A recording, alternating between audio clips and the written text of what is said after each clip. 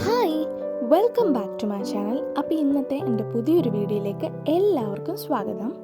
അപ്പോൾ നമ്മൾ ഇന്ന് എന്നത്തെയും പോലെ സിമ്പിളായിട്ടുള്ള ടേസ്റ്റി ആയിട്ടുള്ള റെസിപ്പിയാണ് നോക്കാൻ പോകുന്നത്, മാംഗോ പുഡിംഗ് റെസിപ്പി. എല്ലാവരും ഈ വീഡിയോ ഫുള്ളായിട്ട് കംപ്ലീറ്റ് ആയിട്ട് കാണണം. കാരണം എന്താണെന്ന് വെച്ചാൽ ലാസ്റ്റ് വന്നിട്ട് ഒരു പ്രശ്നമുണ്ട്. അതിൻ്റെ റീസൺ എന്താണെന്ന് വെച്ചാൽ അറിയാവുന്നവർ എനിക്കൊന്ന് കമൻറ്റ് ചെയ്ത് പറഞ്ഞു തരണേ. അപ്പോൾ ഞാൻ നേരത്തെ പറഞ്ഞ പോലെ ഈസി റെസിപ്പിയാണ്, ഭയങ്കര ടേസ്റ്റുള്ള റെസിപ്പിയാണ്. അപ്പോൾ എല്ലാവരും ഒന്ന് വീട്ടിൽ ട്രൈ ചെയ്ത് നോക്കണം. അപ്പോൾ വീഡിയോയിലേക്ക് കടക്കുന്നതിന് മുന്നേ ആദ്യമായിട്ട് എൻ്റെ ചാനൽ കാണുന്നവരുണ്ടെങ്കിൽ സബ്സ്ക്രൈബ് ചെയ്ത് സപ്പോർട്ട് ചെയ്യണേ. അപ്പോൾ നമുക്ക് വീഡിയോയിലേക്ക് കടക്കാം. അപ്പോൾ നമ്മൾ അതിനായിട്ട് എടുത്ത് വെച്ചിരിക്കുന്നത് 2 പഴുത്ത മാങ്ങകളാണ്. കിളിച്ചുണ്ട മാമ്പഴമാണ് ഞാൻ എടുത്ത് വെച്ചിരിക്കുന്നത്. നിങ്ങൾക്കിപ്പോൾ ഇത് കാണുമ്പോൾ തന്നെ മനസ്സിലാവും, ഇത് നല്ലോണം പഴുത്തിട്ടുള്ള മാങ്ങയാണ്. ഇതിന് അത്യാവശ്യം നല്ല മധുരമുണ്ട്, പുളിപ്പുള്ള മാങ്ങയല്ല, നല്ല മധുരമുള്ള മാങ്ങ തന്നെയാണ് എടുത്ത് വെച്ചിരിക്കുന്നത്. മീഡിയം സൈസുള്ള മാങ്ങകളാണ് ഇത്. ഇനി ആ മാങ്ങകൾ ഒരു മിക്സിയിലെടുത്ത് നമുക്കൊന്ന് അടിച്ചെടുക്കാം. ഇതിൻ്റെ കൂടെ നമ്മൾ പാലും കൂടെ ചേർക്കുന്നുണ്ട്. അപ്പോൾ 2 മീഡിയം സൈസുള്ള മാങ്ങയ്ക്ക് ഞാൻ 1/2 കപ്പ് പാലാണ് ചേർത്ത് കൊടുക്കുന്നത്. പാലും കൂടെ ചേർത്ത് നല്ലപോലെ ഒന്ന് അടിച്ചെടുക്കാം.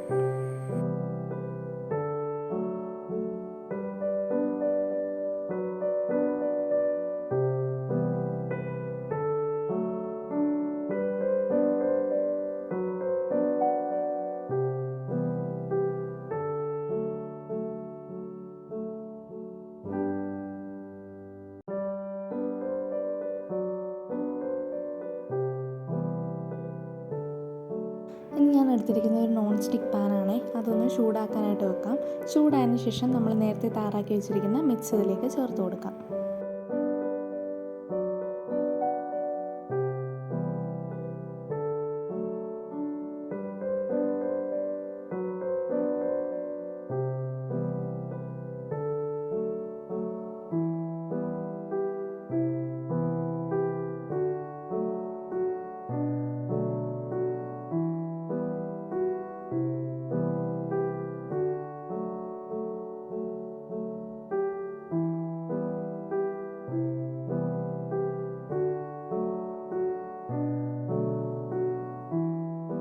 ചേർത്ത് കൊടുത്തതിന് ശേഷം നമുക്ക് ഇടയ്ക്കിടയ്ക്ക് ഒന്ന് ഇളക്കി കൊടുക്കാവുന്നതാണ്. ഇതൊന്ന് തിളച്ച് വരുന്നവരെ നമുക്കൊന്ന് വെയിറ്റ് ചെയ്യാം.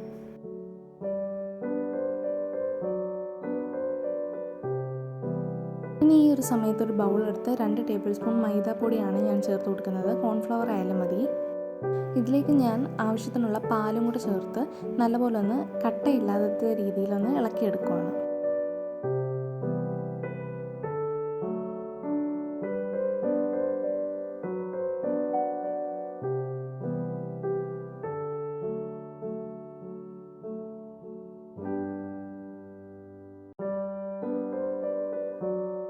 ഇനി തിളച്ച് വന്ന മാംഗോ ബിറ്റ്സിലേക്ക് നമുക്ക് പഞ്ചസാര ആഡ് ചെയ്ത് കൊടുക്കാം. പഞ്ചസാര നമുക്ക് ഈ മാംഗോ അടിക്കാൻ നേരത്ത് നമുക്ക് ചേർത്ത് കൊടുക്കാവുന്നതാണ്. പക്ഷേ എൻ്റെ കയ്യിൽ പഞ്ചസാര പൊടിച്ചതുണ്ടായതുകൊണ്ട് ഞാൻ ഈ ഒരു സമയത്ത് പഞ്ചസാര പൊടിയാണ് ചേർത്ത് കൊടുക്കുന്നത്. നിങ്ങൾക്ക് അന്നേരം മാങ്ങയോടൊപ്പം പാലും പഞ്ചസാരയും ചേർത്ത് അടിച്ചെടുക്കാവുന്നതാണ്.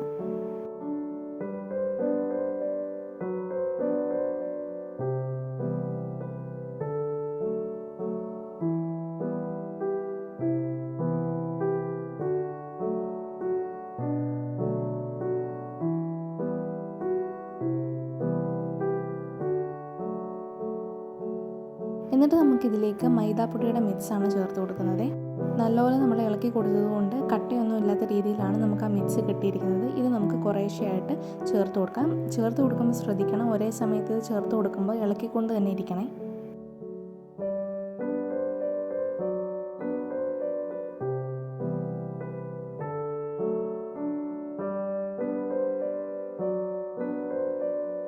അങ്ങനെ എല്ലാം കൂടെ ചേർത്ത് നല്ല രീതിക്ക് ഒന്ന് മിക്സാക്കി എടുക്കാം. ഇനി നമുക്കൊന്ന് തിളയ്ക്കുന്നവരെ ഒന്ന് വെയിറ്റ് ചെയ്യാവുന്നതാണ്.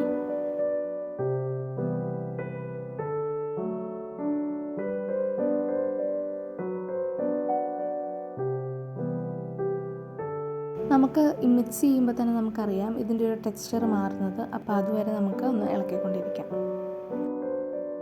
ഇനി നമുക്ക് സെർവ് ചെയ്യാനുള്ള ബൗളെടുത്ത് അതിലേക്ക് നെയ്യ് തടവി വെക്കുവാണ്.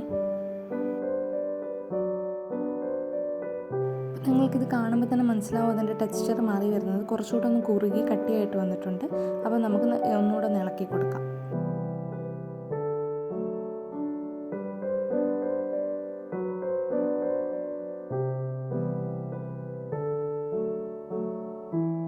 നല്ലപോലെ ഒന്ന് കുറുകി കിട്ടിയതിന് ശേഷം നമുക്ക് ഫ്ലെയിം ഓഫ് ചെയ്ത് ഇതൊന്ന് ആറാനായിട്ട് വെക്കാം. ഇതിൻ്റെ ആ ചൂടൊക്കെ ഒന്ന് പോകുന്ന വരെ നമുക്കൊന്ന് വെയിറ്റ് ചെയ്യാം.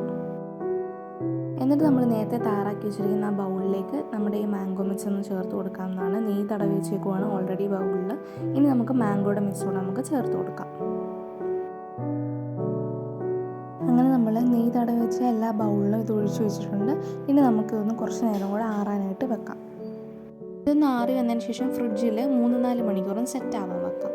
അങ്ങനെ ഞാൻ വളരെയധികം പ്രതീക്ഷയോടെ പ്ലേറ്റൊക്കെ സെറ്റായിട്ട് ഇതൊന്ന് അതിലേക്ക് സെർവ് ചെയ്യാനായിട്ട് വെയിറ്റ് ചെയ്തിരിക്കുമായിരുന്നു. പക്ഷേ എത്ര നേരം നോക്കിയിരുന്നിട്ടും ഈ ബൗളിൽ നിന്ന് ഇതൊന്നും വിട്ട് വന്നില്ല. അതിൻ്റെ റീസൺ അറിയാവുന്നവർ കമൻറ്റ് ചെയ്യുക. എനിക്ക് റീസൺ അറിയത്തില്ല എന്താണെന്ന്. അങ്ങനെ കുറേ നേരം വെയിറ്റ് ചെയ്തു. ഇങ്ങനെ തന്നെ വെച്ചിരുന്നു തനിയെ ഊരി വരുന്നു നോക്കാൻ. പക്ഷേ അതും വന്നില്ല. പിന്നെ അതിൻ്റെ ബൗളിലൊക്കെ ഇട്ട് തട്ടി നോക്കി, എന്നിട്ടും നോ രക്ഷ.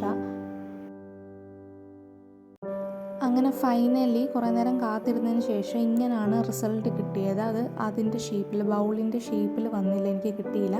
പക്ഷേ ഇത് ബൗൺസ് ചെയ്യുന്നുണ്ട്. സാധാരണ പുഡിങ്ങിലൊക്കെ നമ്മൾ കാണുന്ന പോലെ ആ ഒരു ജെല്ലി എഫക്റ്റൊക്കെ കിട്ടുന്നുണ്ട്.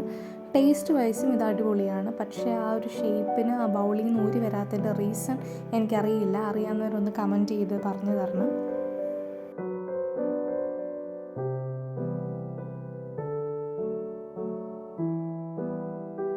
ഇത് ഞാൻ ഫ്രിഡ്ജിൽ ഇനി ടൈമിങ്ങിൻ്റെ പ്രശ്നം കൊണ്ടായിരിക്കുമോ 3-4 മണിക്കൂർ മാത്രം വെച്ചുകൊണ്ടായിരിക്കുമോ ഇത് സെറ്റ് ആവാഞ്ഞെന്ന് വിചാരിച്ചു ഞാനിത് ഓവർനൈറ്റ് വെച്ചൊരു ബൗള് സെർവ് ചെയ്ത് നോക്കിയതാണ്.